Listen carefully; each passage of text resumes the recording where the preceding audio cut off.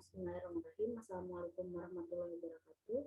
Berjumpa kembali pada mata kuliah Statistika 1. Kali ini kita masih membahas tentang konsep peluang untuk bagian kedua. Bagian kedua ini kita akan lanjut membahas tentang menghitung peluang dengan tabel kontingensi, kemudian karena bias, kemudian ada permutasi kombinasi.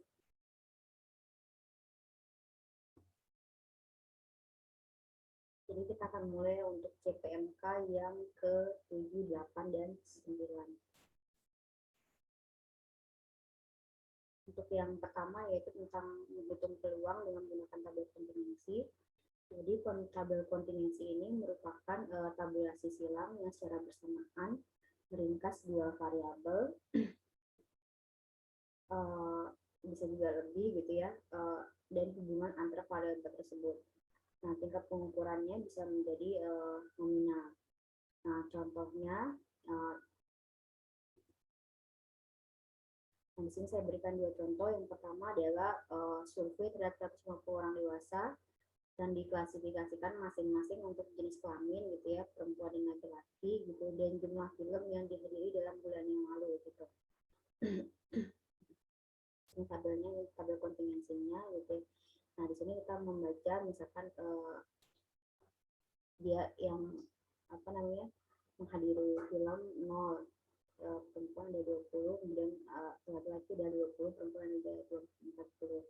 Kemudian kalau menghadiri satu melakukan film gitu, laki-laki 40, kemudian momennya 30 gitu.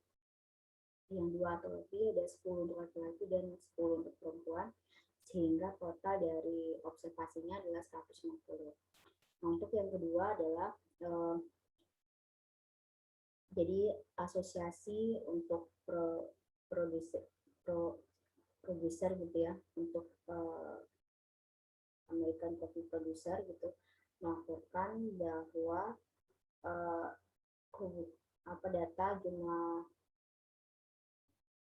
data responden gitu ya, berikut usia dan jumlah kopi yang dikonsumsi dalam 1 bulan. Jadi responden yang usianya di bawah 30 tahun gitu ya, mengkonsumsi kopi dengan tingkat yang rendah adalah 36 orang, kemudian yang sedang 32 dan tinggi ada 24. 30 sampai 40, usianya 30 sampai 40, dia mengkonsumsi kopi dengan tingkat rendah 18, sedang 30 dan tinggi ada 27. Total respondennya adalah 300. Nah, di sini klasifikasinya berarti ada umur. Ini klasifikasinya adalah umur gitu ya. Nah, contoh berikutnya adalah ini saya berikan kasus yang dari buku SMA juga, yaitu ini saya menggunakan istilah eksekutif saja gitu ya. Sampel eksekutif disurvei tentang kesetiaan pada perusahaan mereka, loyalitasnya yang akan disurvei gitu ya. Salah satu pertanyaannya adalah jika Anda diberikan tawaran oleh perusahaan lain yang sama dengan atau sedikit lebih baik daripada posisi Anda saat ini, apakah Anda akan tetap bersama perusahaan atau memilih posisi ini? Jawabannya akan tetap loyal dengan perusahaan atau dia tidak loyal dengan perusahaan. Nah, di sini yang bersangkutan sudah melayani perusahaan itu kurang dari 1 tahun, kemudian di antara 1 sampai 5 tahun, 6 sampai 10 tahun, dan lebih dari 10 tahun. Ini B1, B2, B3, B4. Untuk yang loyaltinya misalkan A1 dan A2. Total respondennya adalah 200. Nah, jadi pertanyaan adalah berapa kemungkinan memilih eksekutif secara acak yang setia kepada perusahaan akan tetapi dan siapa yang melayani lebih dari 10 tahun. Nah, ini adalah ini akan tetap ya, remain gitu ya, dan yang yang melayani lebih dari 10 tahun. Ini adalah pertanyaannya. Nah, untuk jawabannya, jadi sebagai catatan gitu ya, bahwa dua peristiwa yang terjadi pada saat yang sama, yaitu eksekutif akan tetap ada di perusahaan ini, perusahaan, tapi dia usianya melayani sudah lebih dari 10 tahun, itu ada 75 orang. Artinya dia bisa berada pada posisi itu kedua-duanya. Nah, kita misalkan di sini adalah A1. Di sini kita misalkan adalah kejadian A1 adalah jika terpilih secara acak eksekutif yang memilih untuk tetap setia dengan perusahaan. Nah, sehingga berdasarkan tabel ini diperoleh PA1 sama dengan yang setia dengan perusahaan adalah 120/200. Kemudian B4 itu yang melayani lebih dari 10 tahun. Lebih dari 10 tahun. Nah, di sini kita menggunakan yang bersyarat ya. Jadi PB4 dengan syarat A1 gitu ya. Adalah di sini ada 75/120. Sehingga nanti peluang A1 dan B4 itu adalah PA1 dikalikan dengan PB4 dengan syarat A1. Sehingga 120/200 dikalikan dengan 75/120.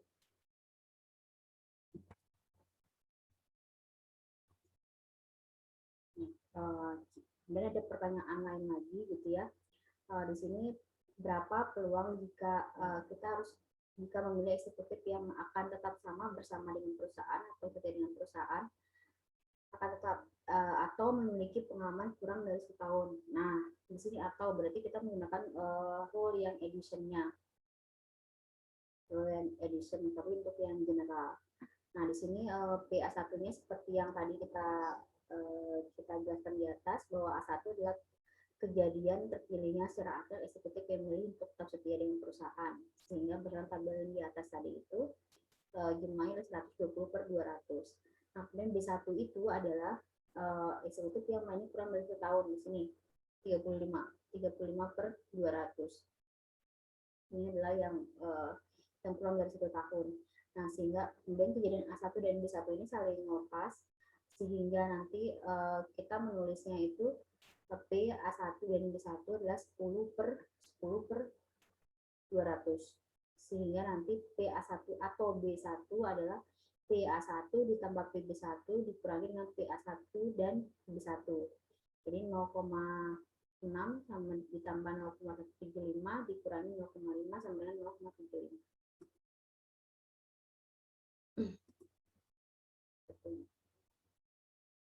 Berikutnya adalah tentang teorema Bayes. Nah, teorema Bayes ini adalah jika pada kondisi peluang sebelumnya sebuah kejadian itu dipengaruhi oleh kejadian lain yang muncul sebelumnya. Nah, sehingga kalau teorema Bayes itu digunakan untuk mencari probabilitas atau peluang dari kemungkinan penyebab kemunculan sebuah kejadian. Nah, dalam hal ini kejadian AI, di sini AI, di misal AI merupakan sebuah syarat untuk terjadinya kejadian A. Penyebab dari terjadinya kejadian A gitu. Dari suatu kejadian A. Kemudian kita mulai istilahnya ada probabilitas prior dan posterior. Nah, yang prior ini peluang yang menyatakan pengetahuan atau ketidakpastian sebuah data yang diketahui sebelum observasi. Sedangkan yang ininya adalah setelah mengamati objek. Jadi kalau kita juga mulai istilah likelihood, yaitu peluang yang berada dalam kategori atau kelas tertentu. Nah, sehingga kalau untuk dengan menggunakan teorema Bayes, rumus peluangnya adalah seperti ini. Ini bisa ini PA1 dikalikan PB dengan syarat A1, di sini sama dengan PB iris AI. Ini adalah syaratnya ini rumus ini equal, sama gitu. Ini adalah ringkasan dari ini. Ini adalah penjabaran dari yang bagian ini. Nah, di sini PAI dengan B-nya adalah probabilitas posteriornya, sedangkan PB-nya adalah probabilitas prior. Dan BB iris AI-nya adalah fungsi likelihood-nya. Ini adalah fungsi likelihood-nya, kemudian ini adalah probabilitas posteriornya, ini adalah probabilitas priornya. Nah, ini adalah contohnya. Ini contohnya saya ambil dari buku juga. Nah, di sini Departemen Store Anaheim, California itu melaporkan bahwa 30% dari penjualan mereka itu adalah cash atau dengan cek. Nah, 30%-nya dibayar dengan credit card dan 20%-nya dengan debit card. Nah, kemudian 90% dari kredit card pembayaran dengan kredit card dan 60% dengan debit card. Nah, dan lebih dari $50 Mustina ini membayar baju baru, pakaian barunya $120. Nah, pertanyaannya adalah berapa peluang dia membayar dengan tunai atau dengan cek, baik dengan debit ataupun dengan debit card. Nah, ini adalah solusi dari permasalahan ini. Maka di sini adalah peluang cash or check yang lebih dari $50 gitu ya. Di sini adalah peluang cash or check-nya dikali dengan peluang lebih dari 50 dengan syarat cash or check-nya dibagi dengan cash or check dikali peluang dari lebih dari $50 cash or check-nya ditambah dengan ini itu adalah peluangnya, dan hasilnya adalah ini 0,3 dikalikan dengan 0,2, kemudian dibagi dengan 0,3 dikalikan dengan 0,2 ditambah dengan 0,3 dikalikan 0,9 ditambahkan 0,4 dikali dengan 0,6. Itu adalah perhitungannya. Nah, hasilnya ketemu adalah 0,1053. Nah, berikutnya adalah untuk kaidah penjajahan.